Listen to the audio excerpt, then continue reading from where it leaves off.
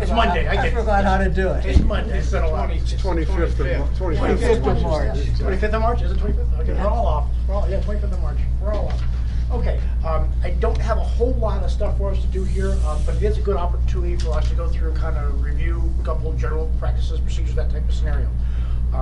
So first things first is quality of life ordinance that we have is for the hearing. Obviously, we're skipping that for right this second. We'll get into that. But in general, just as a reminder, you guys get to do with that as you so please. So if, in this particular case, I'm going to present a case to you. I'm going to tell you what's going on.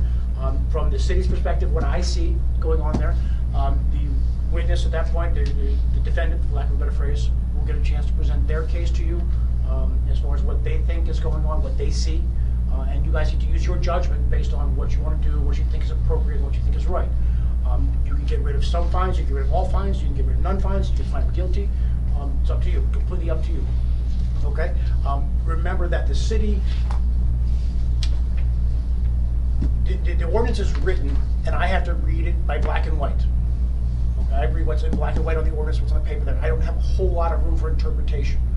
So if there's an example, you can say, well, they can explain to you a scenario where it makes sense in that case that, hey, look, maybe this ordinance shouldn't apply. You're more than welcome to say no. Okay, I don't get to do that standing on the field saying yes, no, yes, no, yes, no. I have to say yes, no, no, no, no, no. Okay, but you have that ability, you have that flexibility to be able to do that. In general, also, we try to do things to benefit the people as opposed to get money and get tickets. So our idea is to solve the problems, what we try to do. To that end, we have the quality of life ordinance that we have written up there. We have a warning. They have to have 10 days. The first time they get it, it's a 10-day warning from everybody saying, here's what's going on, here's what your violations are, you have 10 days to take care of it. That's us trying to be nice and say, hey, look, take care of this problem. If not, you'll get a quality life ticket, which then we can start going from there. Same thing happens with a building violation, a code violation, a major code violation. Those have to be in writing. I have to do that in writing, and the letter is very legalese, very formalized, very legally, so it's not a very pleasant letter. It has all these scenarios in there, what could happen, what can happen, what's the worst case scenario type of situation, so they know what the potential is there. But it's us giving them notice to take care of the problem, at which point they have the ability to appeal to the Board of Health and or fight it and take it to court. It's kind of how it goes there, but we've always tried to work with folks in the past, try to solve the problem as opposed to find guilty, fine them, find guilty, fine them, that type of scenario. It's traditionally how we've done things. All right, so having done that, a couple of things for us going over here. I want to jump to the old business first there, just so it's a summary of what we did before. One of the things we're working on, yes, in your agenda, sorry. So yeah, that's the hearing. And I gave you 2 stacks. Didn't I have 2 stacks?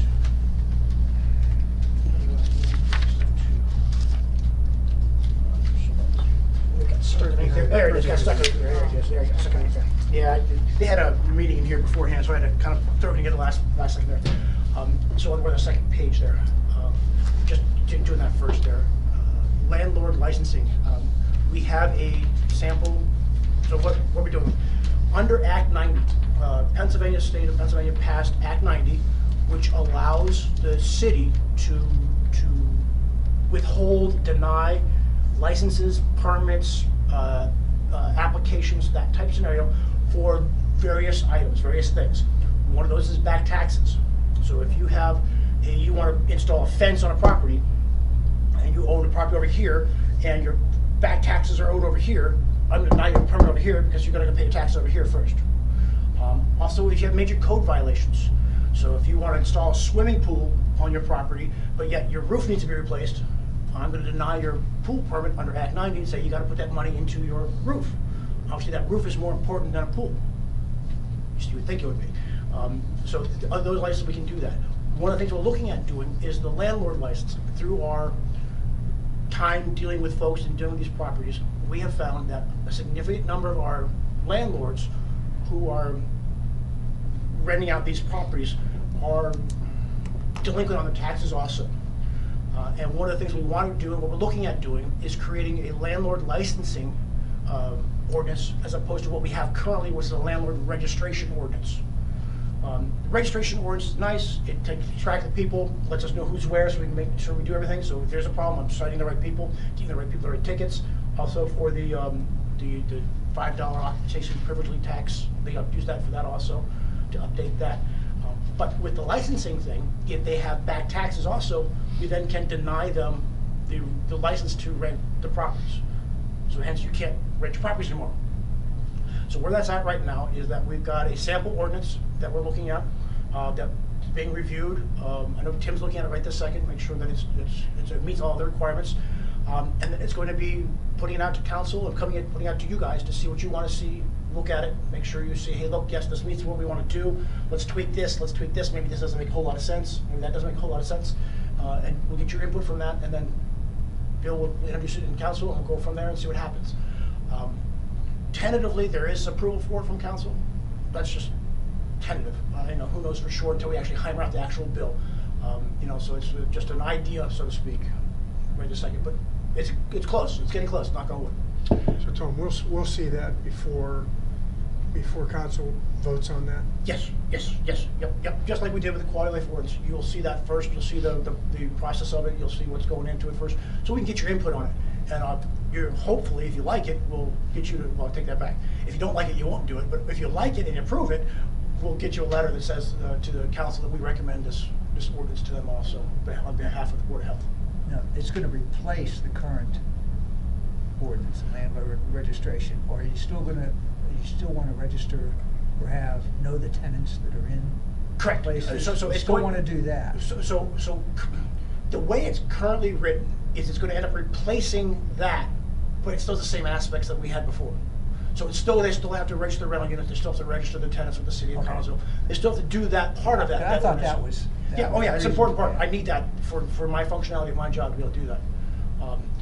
So it's important, but it's really adding that licensing aspect of it, that we can then take that license away and withhold it until they pay their taxes, which in some scenarios is a significant amount. I mean, there's a significant amount of people that just don't pay their taxes globally. I also want to tell you that 109 Haas Avenue, that's that, you know what Haas Avenue is? No.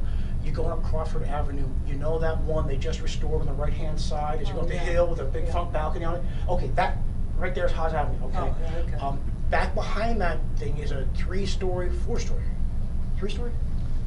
3 or 4-story yellow brick building, duplex. It's in bad shape. It's been in bad shape for many years. We had a couple of hearings with the Johns about the property, both here at the Board of Health to give them time to take care of the problem, and also at Haggerty's to take care of the problem. We think we've worked out a deal, and I'm telling you, it's a deal in principle, which would satisfy that and get that torn down in the very near future. Now, it's not a deal as far as there's no legal ramification, no legal bindings for it. We can't force them to do it. How about that? The city can't force them to do anything. Both parties are agreeing to how it's going to be taken care of. And what I mean by both parties, this is a third building involved in which they're trying to sell. So what would end up happening is they'd sell that property and then take that money and use that to tear down the other building. Any left over would be given back to the original property owners, the folks that own the building, which are the Johns. Does that make sense? Or did I say it too fast? No. Okay. Did they not appear before us and guarantee us that? Didn't we give them a time frame? Sure did. And they said that they would take care, and they had done nothing, right? They've done nothing, correct. To this point. They've done nothing at this point. Matter of fact, they've actually got a couple quality of life violations against them for their stuff that's around the house.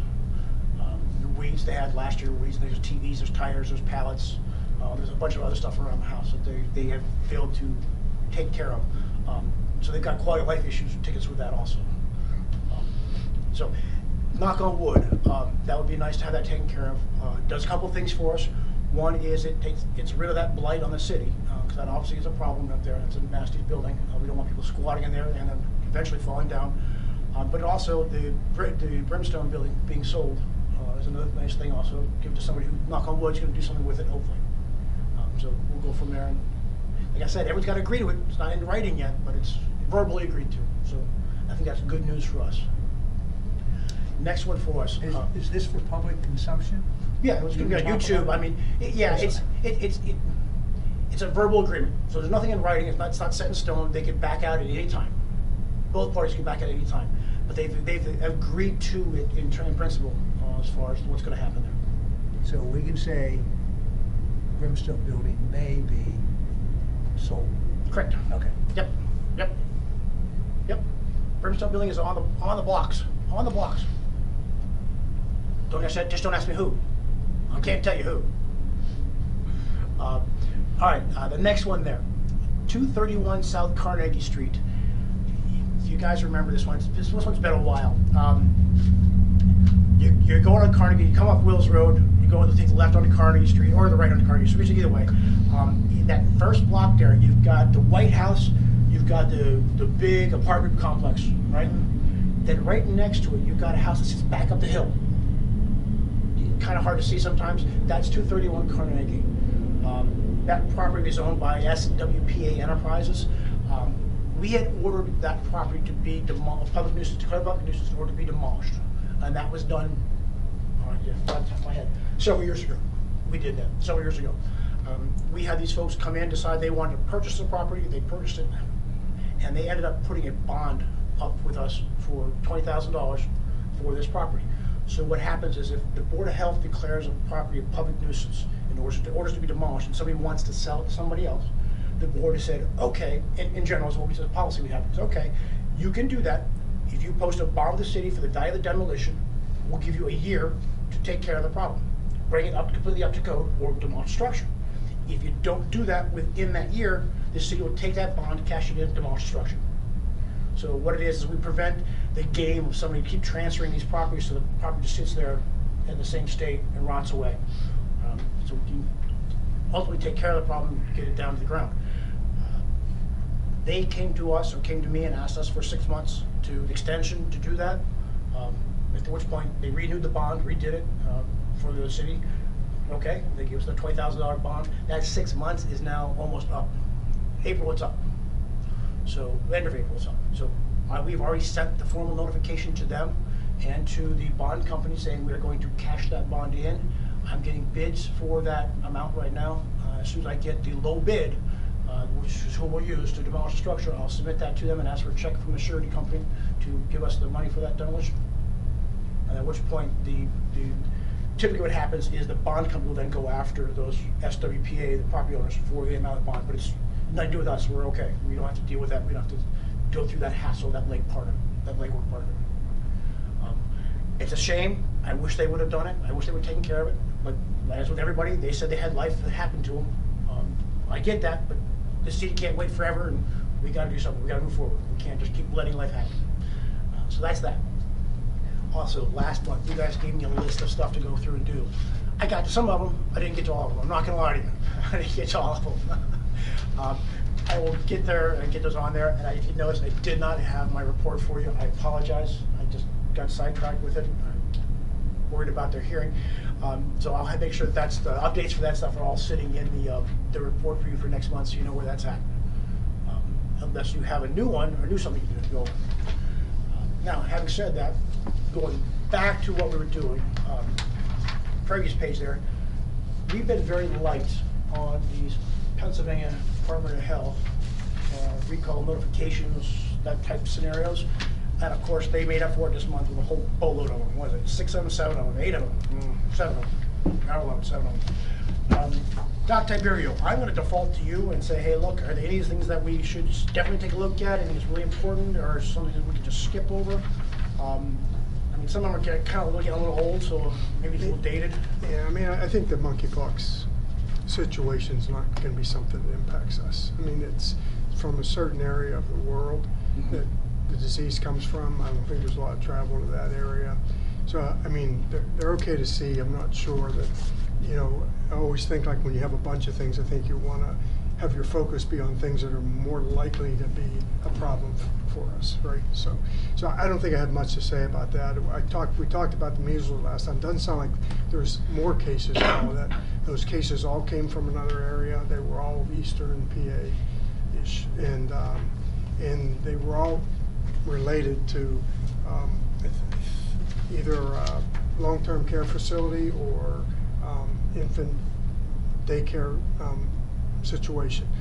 I think the only thing important about that is these are highly infectious situations, so that's where we're going to see them, and that's where we're going to see cases multiply real fast. So, so that's about all I have to say. And besides the fact that, I mean, most of us have been vaccinated against measles, but there are still a lot of people that don't agree with vaccinations, and so there are people out there. I think they're the ones that need to be concerned. It's not the people that have been vaccinated. So, Good point. Yep. so I think it's up to them whether they would want to reconsider. And certainly, I think if we see a resurgence of measles, which we thought we essentially had taken care of, but if we see a resurgence in this country, I think we'll have to take a fresh look at how we address that in the general population. So I think it gets. So there's other things on here, and I guess I'll go. The lead and the cinnamon, you know, and these things are going to things are going to happen. We look at those products. I think that's important. I would never expect that that's there. I think about when our children are here grandchildren are here at various times. My wife always has applesauce for them, and sometimes it's with cinnamon. So I would have concern about the brands that were on there. And also, you know, lead in the croquet, those certain croquet sets. So you know, lead poisoning is a problem. Yeah, it causes a variety of different things, problems with your blood cells and your brain. So Can you recover from lead poisoning? Is that possible? well, it's not easily removed from the body once it's in there. It's a heavy product, Mm-hmm. and like for instance, if it's in the brain, trying to get things out of the brain, crossing the blood-brain barrier, that doesn't really happen. So the answer to that is not very easily. Sure. No. You try to dialyze it, you could, but I'm not sure that I've ever seen that be successful. I missed the hepatitis B and C, but I'll get to that. I just want to look at that. So I really wanted to focus still on the respiratory viruses. I mean, Emily asked me earlier about, you know, time of year when we see a lot of respiratory disease. This is it, you know, going through winter and starting to come out of there, but then getting some good weather, some bad weather. You know, we see a lot more issues with it. I see, you know, workers at the hospital are struggling with trying to get rid of their respiratory disease. Still need to be thinking about COVID, but you know, the reality of COVID is I think we need to quit thinking about it as a disease in itself other than a respiratory virus. So, you know, I would throw it in with all the other respiratory viruses, respiratory syncytial, just, you know, typical viruses that we necessarily didn't name. And I think, again, eat right, get your rest, stay away from, you know, people that are ill, stay away from enclosed areas where there's lots and lots of people that you don't know what their respiratory situation is. The best way to stay healthy, but you know, I still think that, you know, the people that exercise regularly, eat well, and get their rest are people that'll be able to, if they get exposed, will either not contract it or be able to fight it off pretty easily. So that's the best advice I could give. How about the RSV? Yeah, I threw that in there with, I probably said it real fast, but yeah, it's one of those ones Yeah. still. So, you know, and again, RSV's been around for a fair number of years. We never had a vaccine for it, though. There is a vaccine for it. You know, I'm not one to be inclined to necessarily mandate to my patients vaccines that I feel that if they get exposed, they can recover from. But if your health condition is marginal, heart disease, lung disease, diabetes, lots of other chronic illnesses, immunocompromised for any other reason, I think the vaccine's a good idea, and it's safe. So I mean, and again, we're not anywhere near where we're going to be able to say whether the COVID vaccine was 100% safe. But at the time that we were administering COVID vaccine, people were dying pretty regularly. So I would never argue with the fact that we tried to give a vaccine under emergency use authorization only.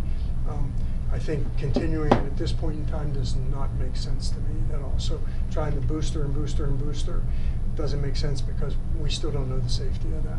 And there is some validity to some of the things you will hear as anecdotal accounts of disease process, particularly clots, thrombi from venous system to the arterial system. So heart attack, stroke, all that included. So I'll leave my comments to that for there. The hepatitis B and hepatitis C testing, I just didn't see what they said in here yet. So It basically says, from what I remember of it, it says that you should be tested for it at least once in your life, and every pregnancy is what it really was, what it was saying. yeah, so probably a lot of that's what's being done on a regular basis. I think most people have been vaccinated for hepatitis B at this point too. So, you know, I still remember our children having to receive those vaccines. So, you know, so that's like 40 years ago, you know, 30-some, 40 years ago. So, so I think there is, you know, the vaccines out there for that. You know, it's, for me, both of those disease processes are about exposure. So you need to be exposed to blood and other types of secretions. So it's, you know, sexual contact, exposure to blood products, which can happen. You know, I've had more than one occasion where I've had blood splash up in my face. You know, so, you know, those are situations where you need to know, you know, whether that person was positive for hepatitis B antigen. But of course, you know, I'd already, you know, all healthcare workers had to be vaccinated for hepatitis B, so I was already vaccinated for that. C is very similar, but just slightly different. So yeah, I think that's about all for me, Tom. Thank you, sir. I will say that, you know, you look at the dates of these, you say, well, companies are out of date. I know. You know, they get later and later in the month.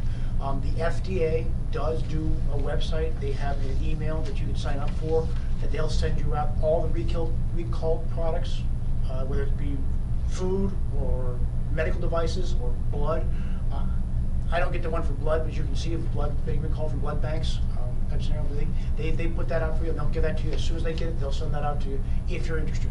Then again, that's the Food and Drug Administration, FDA. That's on the website. You sign up for it, give them your email, and off you go. And you can get those, they'll send it right to you real fast.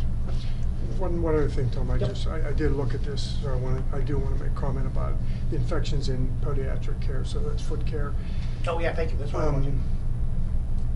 You know, so, you know, podiatrists have traveled, so, you know, so they're not always in their own office setting, so they're often going to long-term care facilities to do their work. I think it's extremely important that they do it in a very clean setting, I guess I should say. They're not always going to be, it's not going to be an operating room that they're going to be able to do that in, but I don't think we should think about that as something that can't cause serious illness.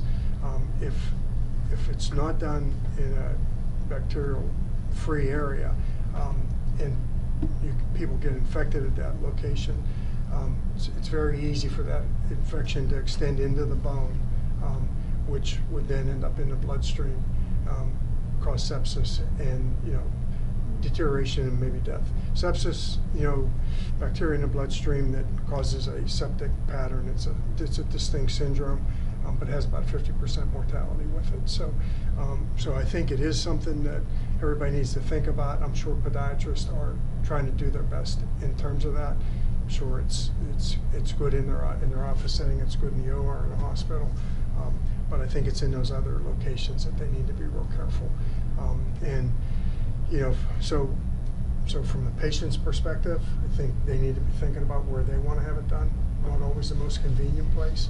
So, you know, taking somebody from a nursing home to either an outpatient healthcare facility or to a doctor's office would probably be preferable to getting it done there. So sometimes it's not convenient, but it's the best way to do it. But I think patients and families need to be aware of the risk. Question for you while we're sitting on that topic, feed, and we come up with it. What about mold? We hear a lot about viruses, hear a lot about bacteria. Don't hear a whole lot about mold and issues with mold going on there. Is there? Yeah, a lot of respiratory disease associated with that. The degree of which and how severe it may be is, I probably would say it's still on the mild side, but again, your COPD patients aren't going to do well exposed to mold. Healthy, athletic people probably do okay. Still will have symptoms and still have issues, but they can resolve it, so it's resolvable. But it is a problem when you're thinking about some of the situations that you're looking at. Compromised. Yeah, because mold gets behind the walls. Oh, yeah. A lot of these facilities. Yeah, just so we're aware, there's no standard for the amount of mold that's allowed in a house. Indoor air quality amount of mold, it does not exist. None have been set up and said this is an okay amount of mold, this is not an okay amount of mold. So there's no standard for it whatsoever. So that means for me, there's nothing I can enforce. All I go through and say, hey, look, you got to get rid of typically it's the water, it's a leak that's giving the ability for the mold to be able to grow. So if you get rid of the leak, the water source, get it dried out, that stops the mold from spreading and growing, and then of course you need to go through and clean it up, get rid of it. But the big picture is stop the leak, stop the source of it, which is the water typically that starts the process, from my perspective. Yep, I agree with that. Cool, thank you, sir. Much appreciated. Other than that, I don't have a whole lot, unless you guys got some other things you want to talk about and do. I figure we're still giving him as much time as we can before we jump into the hearing, if that's okay with you.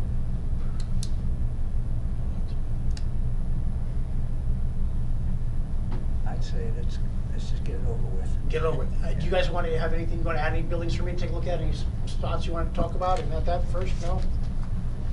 No? Yeah, I do. Very good. There is on the south side, it's Mrs. Ukimit's home. She's been dead for at least 20 years. There's 13 children that she had. And it's on Austin Avenue. And there is a shed. Do you know the address? No. Okay. I will get it to you. Okay. There Keep is going. a shed behind the garage. It is in deplorable condition. Animals are living underneath of it. The shed there's trees growing inside the shed, and it's falling down. Rotting apart. It's Yeah. terrible looking. And we actually have seen cats going under there. Mhm. Big groundhog last year climbed up even over top of the garage from this building.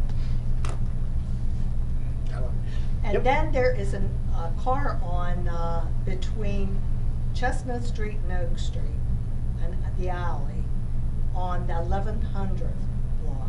Now, is that on the alley itself? Is it in the alley, or is it in the property, on the property? It looks like it's more like in the alley. A car has been jacked up there for years. The only reason I ask is the way this works is the police department deals with the streets. If it's on the streets, It's not on a street, it's like the alley. okay, that counts as a street. Oh, The alley okay. counts as a street. So if it's on the streets, it's a police issue. If it's Oh. on the property, it's my issue. I'll go by and take a I look at it. don't know if it would be No, it's- property or a street. Do you know Chestnut and Oak, 1100 block? I'll go by and take a look at it and It's in the 1100 block, it's in between Oak and and Chestnut. Chestnut. Yep, I'll take a look at it and see what's going on there. If the police need to get it, I'll give it to the police. If not, I'll deal with it. Go from there. It's been sitting like that for years. Kids play up and down that alley. It's like, why would you keep a car blocked up? They've never moved it, they've never done that. I've stopped asking the question why. Because the answers you get they're just amazing sometimes. But yes, no worries. I'll add that to the list. We'll get out there and take a look at this. Both of us. Just take a look. Yep, no problem. All right, do you want to do the hearing then? Okay. Yep. Okay. So you got to read that first paragraph for me officially for us to do that hearing. You want me to do it? You trust me to do it? After the I trust you to read. You just coming up with numbers out in your opening there. I can trust you to read. Now, if I got a typo in there, that's going to make it very wrong, isn't it? A public hearing is hereby called at 6 p.m. this 25th day of March 2024 at City Hall in regards to the quality of life violation that has been appealed for the property known as 145, 147 North 2nd Street in the city of Connellsville, parcel ID 05-06-0488. Okay. Thank you, Don. That was perfect. It was. The only amendment I'm going to say to that is that's actually at 6:30, not 6 o'clock. But okay. That works. Where did my stuff? Okay, so in your packets, you guys have packets of this appeals hearing. what I've gone through is to kind of put things in order for you to try to keep it as organized as I possibly can. So your first thing you're gonna see there is a property identification. And that's gonna kind of show you where this property is located, and who owns it, and all that sort of fun stuff, the who, what, where, that type of scenario. Yeah, let's take that off. It is, I'm not sure if this is a rental property or not.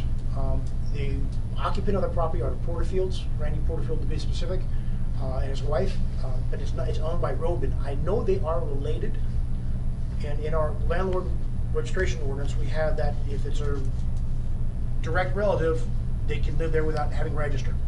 I don't know if the wife of Mrs. Porterfield is a roadman or not. I'm not sure. I have to figure that out, and I'm still working that out. So I don't know if there's a landlord violation there also or not. I'm not sure. But regardless of that, going into that, we were there for a complaint on February 27th of 24. Oh, I'm sorry. You want to flip the page? You can see there. You can see the map, choosing the map of it. So you know what we're talking about. 145 North Pittsburgh Street, right across the street from the pallet shop. Okay. Yep. So if you flip to the next section there, you'll see where it goes through, and it will show you what's going on. And I'll start showing you some pictures. So that's city submittal part of it. You need to move a couple pages further, Doc. There you go. There you go. Yep. So that's where I'm at. Gotcha. All right. So they were issued a quality of life ticket for this property, and this is literally just the front of it. So kind of starting at the top, going clockwise around, what we found there was we found this car there. As you're going through looking at it, hard to see it, expired inspection, but more importantly, it's got Maryland plates on it.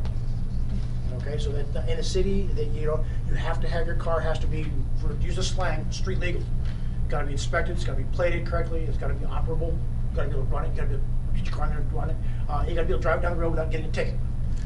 Without its inspection on there, it's not street legal. So he got a ticket for that. You'll also notice in those pictures, and that's more prevalent on the bottom left one, you'll see there that there's a jug of tea that he drove over when they put it down there. There's a hose that he drove over, a piece of plastic, I don't know, what some sort of tarp or something they drove over to put it down there. I'm not so concerned to the picture to the right of that. That strap there, that's obviously how they used to tow it there. I'm not so worried about that. Obviously that's just got there. Now if it's there again, I go back, it might be another issue, but just being there, bring a car, okay, I don't have that. But in the background there, you can see he's got a dolly sitting there. He's got a bucket of spackling sitting there. He's got some construction debris sitting on there. Kind of hard to see it from this picture, but there's a tonneau cover for a truck. He doesn't have a truck that has a tonneau cover. No reason for it to be there at all. If you go through and flip the pages, you'll see there at the top, then again, top left-hand side there, you'll see that he's got a chair, dining room chair sitting outside. Should not be sitting outside. He's got a random piece of plastic. The tote there. He's got a piece of board there, obviously construction debris. Christmas decorations, I don't know if you'd call those rubbish or not. For this argument, I didn't include them. I didn't say, oh yeah, that's rubbish. Because if it was the only thing that was sitting on that property, he had his Christmas decorations sitting there, as long as there was no standing water in it, I'd walk away. I mean, I'm not the fashion police, so I don't think about tasting like that. As long as they're they're not causing any other issues, I'm okay with that. The next picture, top right, you'll see is a hot water tank. That's been sitting there for a while too. I love that one. Again, just go down, straight down from that one down there. You'll see there's another picture of the dolly. You get kind of a better angle of that there. You'll see the tonneau cover sitting back there. Then also the very next picture, you'll see his garbage can there. It has the lid, it's crushed, banged up. You'll see another garbage can back there, kind of tossed back there. The tunnel lever. You can see the boxes of siding he's got down there, just sitting there, warped sitting there. So all that construction debris and all sorts of funds resulted in the quality of life ticket that I wrote him, which was number 431. And you'll have that in the next page you have in there should be the ticket, or should be the first page of it, part of it, should be a ticket there. And you can see it says the front there, debris, he got the accumulation rubbish and garbage, he got the motor vehicles, outside placement of indoor items, and waste placement containers. And that waste placement containers is the cans without lids. I also included for you on that, because there was some question about notice and stuff like that, and Jeff had brought that up. You'll see ticket number 432. I'll give you a copy of ticket 432. Ticket 432 is the exact same date, 7/2/27, 2/27, 7 minutes prior to that, I was over at that side of the property, issuing a quality of life ticket for that property across the street. He came in, he paid for that ticket, signed for it, said he knew everything was okay, he knew exactly what was going on, and he agreed to it. So why would you plead guilty if you don't know what's going on? As a question about notice for him, that he doesn't know the law, he doesn't know what's going on. He knows exactly what's going on, because he got another ticket that exact same day, the exact same time, exact same place, across the street for it. But he appealed this one, didn't appeal this one. He said, yeah, I'm guilty. He paid his fine, signed, said I'm guilty. He says he knows all about it. So I brought that up as proof that yes, he does know the ordinances, he does know the law, he does know what's going on, talking about. I have got photos here going back till 15 years of him having issues with the city of Connellsville for accumulation of rubbish and garbage, accumulation of stuff like that, you know, tires, cars, the whole works. So I don't think, he never received a notice from us, that's the quality of life 10-day notice. Just to be very clear about that. So for a first offense, we get past that down one, we give him that, which is the quality of life 10-day notice saying, hey, look, you got 10 days to solve this problem, right? And then I come back in 10 days and write them a ticket. I never gave him one of those. Okay, he's never received one of those. He has received certified letters from us saying that he's got garbage, certified letters, he's got motor vehicles sitting on there, certified letters, you know, talking about the rubbish, certified letters talking about some of the zoning issues as far as storing pallets in the wrong places. So he knows the ordinance. He did not receive that one specifically, but he does know the ordinance, did get notification. So as a consequence, we gave him that ticket, and we think the ticket should stand. His testimony is that it's unfair. And I gave you a copy of what he submitted to the city of Connellsville, and you can see that. That's what he wrote. I encourage folks when they do that to explain why that the ordinance should not apply, or why the ordinance should not, or is interpreted incorrectly. Like, maybe I read it wrong, or maybe there's a set of circumstances where maybe he should be let off the hook. I don't know, but obviously that's all he gave me, so that's all I can go by. So I can't offer any more than that for his testimony for this property. He was also notified that he's supposed to be here at 6 o'clock now. Now 6:40. So, any questions?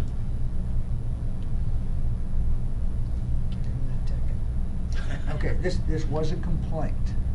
Yep, it was a complaint. Yeah.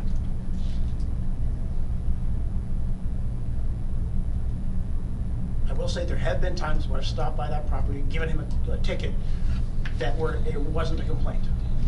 I was there in just the happened to neighborhood. be there. I was in the neighborhood for somebody else, right? Okay.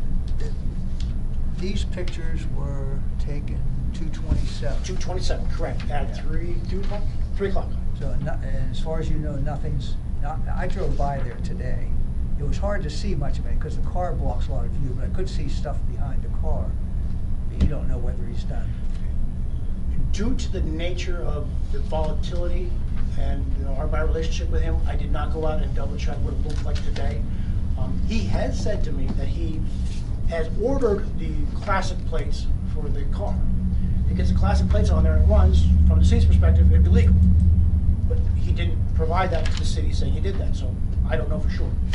And as of this date, he hadn't done it. Even without a current inspection? Well, Yeah, that's in PA, if it's a classic car over 25 years old, you do not have to have an inspection sticker on the windshield. Correct. But you do have to show a good classic plate on it. it has to be on there, Which correct. comes with a lot of restrictions. They're not allowed to drive it after a certain time.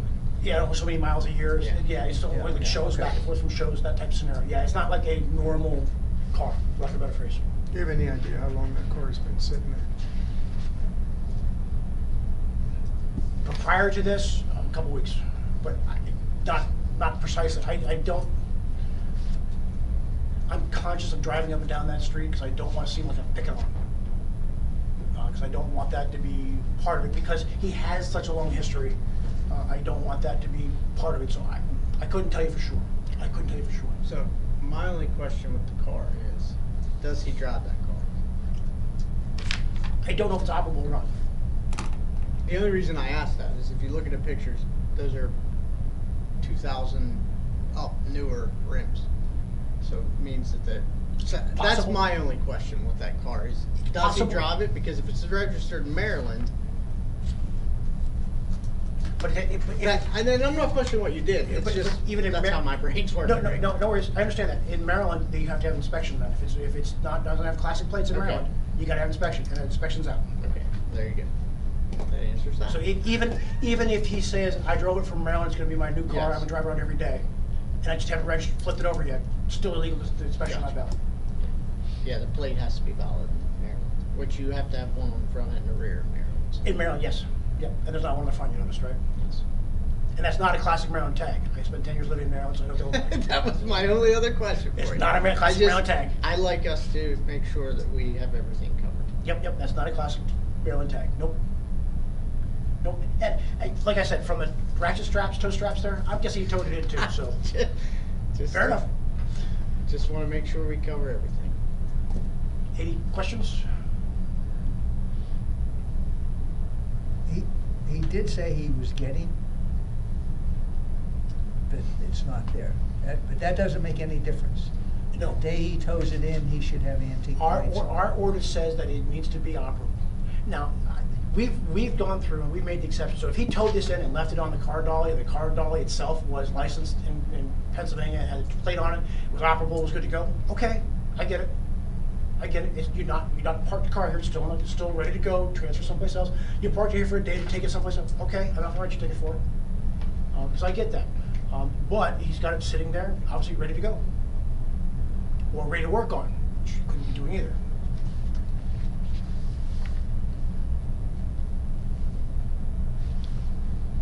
Okay, I don't know anything about cars. So even if he was working on it, if it didn't, he'd still either have to have a current inspection or an antique plate. It's gotta be operable and street legal. Is to use the slangs of them. With this plate on it, it has to be operable. No, it has to have a PA plate. Well, No. okay, so, I just wanted to see if Tom was around, because he knew the motor vehicle code, obviously. That gets in the motor vehicle code, which is above my purvey, so to speak, it's not part of what I do, but in general, yeah. So, if it's got a Maryland plate on it, if this car had a Maryland plate on it and a valid inspection, I'd walk away from it. You've got 6 months to flip it over to Pennsylvania. Okay. But since it had a Maryland plate on it and no inspection on it, it's not legal. Theoretically, he could not have driven it. He should not have driven it from Maryland to Pennsylvania, because if he got pulled over, he would have gotten a ticket for it. That's what makes it street legal. Now, you can get around that inspection part with some of these old cars, especially when you start doing some emissions, which we don't do in Fayette County, but some emissions, these old cars, they couldn't pass emissions if you gave them a head start. So I get the fact it doesn't have the inspection stickers on it, that's okay, but that's what the classic plate is for. You get the classic plate on there, that says, okay, look, this is a special car, it doesn't run exactly the right way, we get it, but we're not running it all the time, so it's okay. So, he didn't do that either, at least not yet.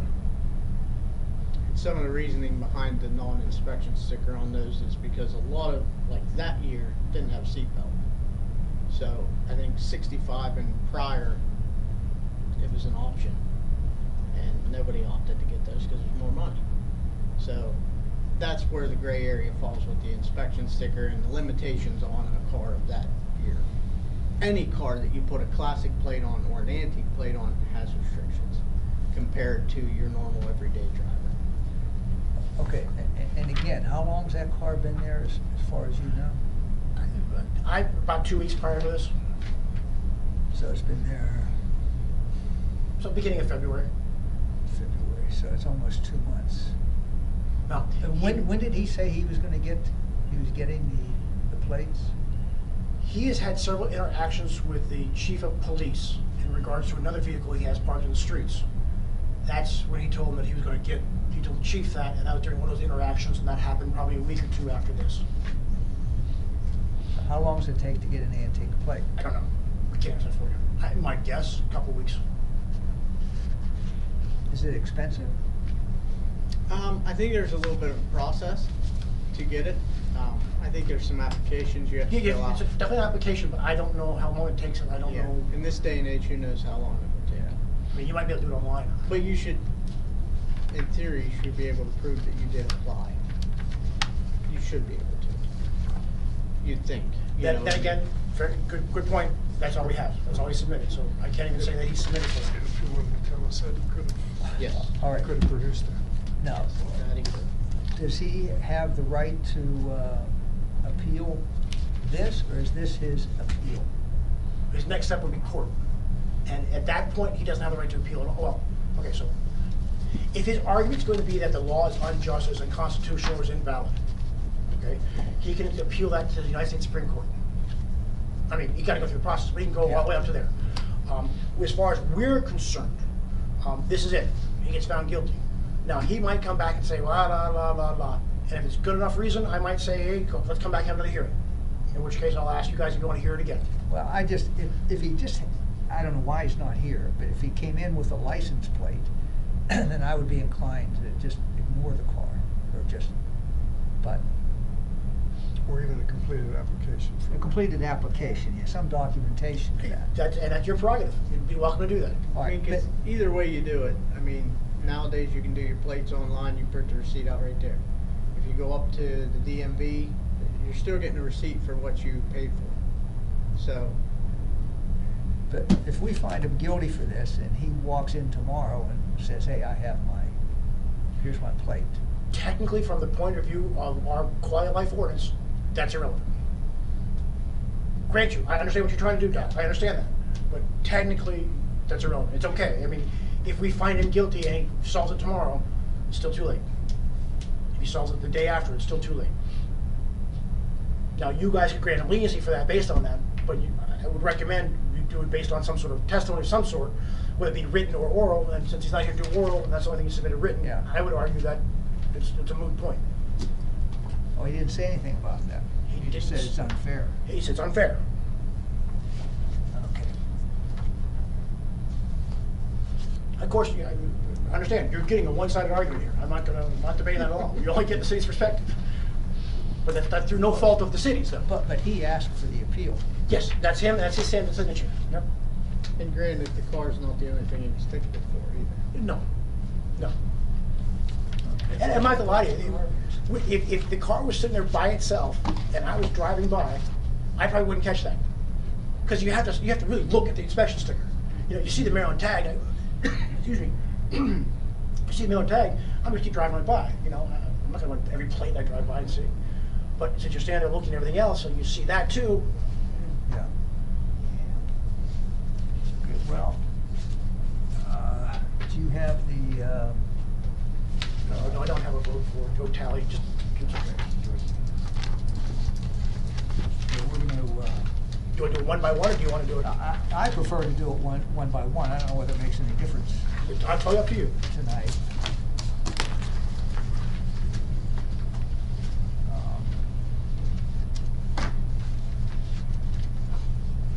Okay, well, I don't have any verbiage, and I'm not good at winging it, so basically, we're gonna go with, the accumulation of rubbish and garbage. All those in favor of All those finding in favor of granting the appeal, That works too. say aye.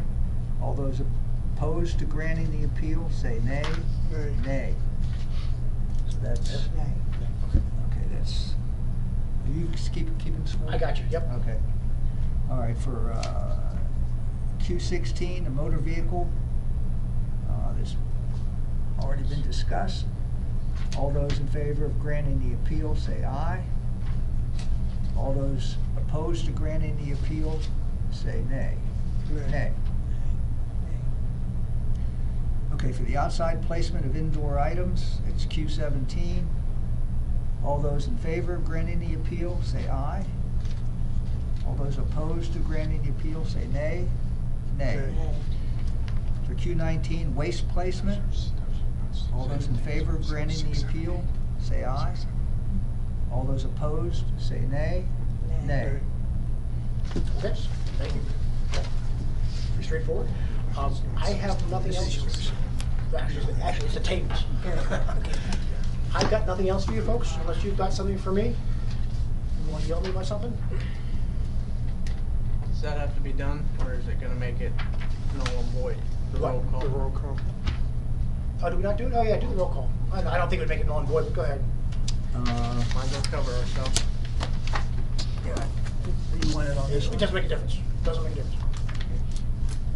We'll also have to approve the minutes. Okay, roll We, call. no minutes to approve, we don't have the minutes. Oh, Okay. okay. David She McIntyre. said- I apologize. not You here. sent, you sent them. Jeffrey I did Peterson's send not them, here. Dale Cadwalader, here. Dr. Tiberio, Here. here. Beverly Cuneo, Here. here. Okay. 3 of us here. Covered, we're covered. Okay. Fair enough, thank you. Sorry, Hey, no, it's all right. I'm a stickler. I'm doing it formally during the meeting. Want to make everybody have Now, an we'll easier adjourn the day. meeting at, all those in favor, no, I need a motion to adjourn the meeting. No, so I'll move. Second, all those in favor, say aye. Aye.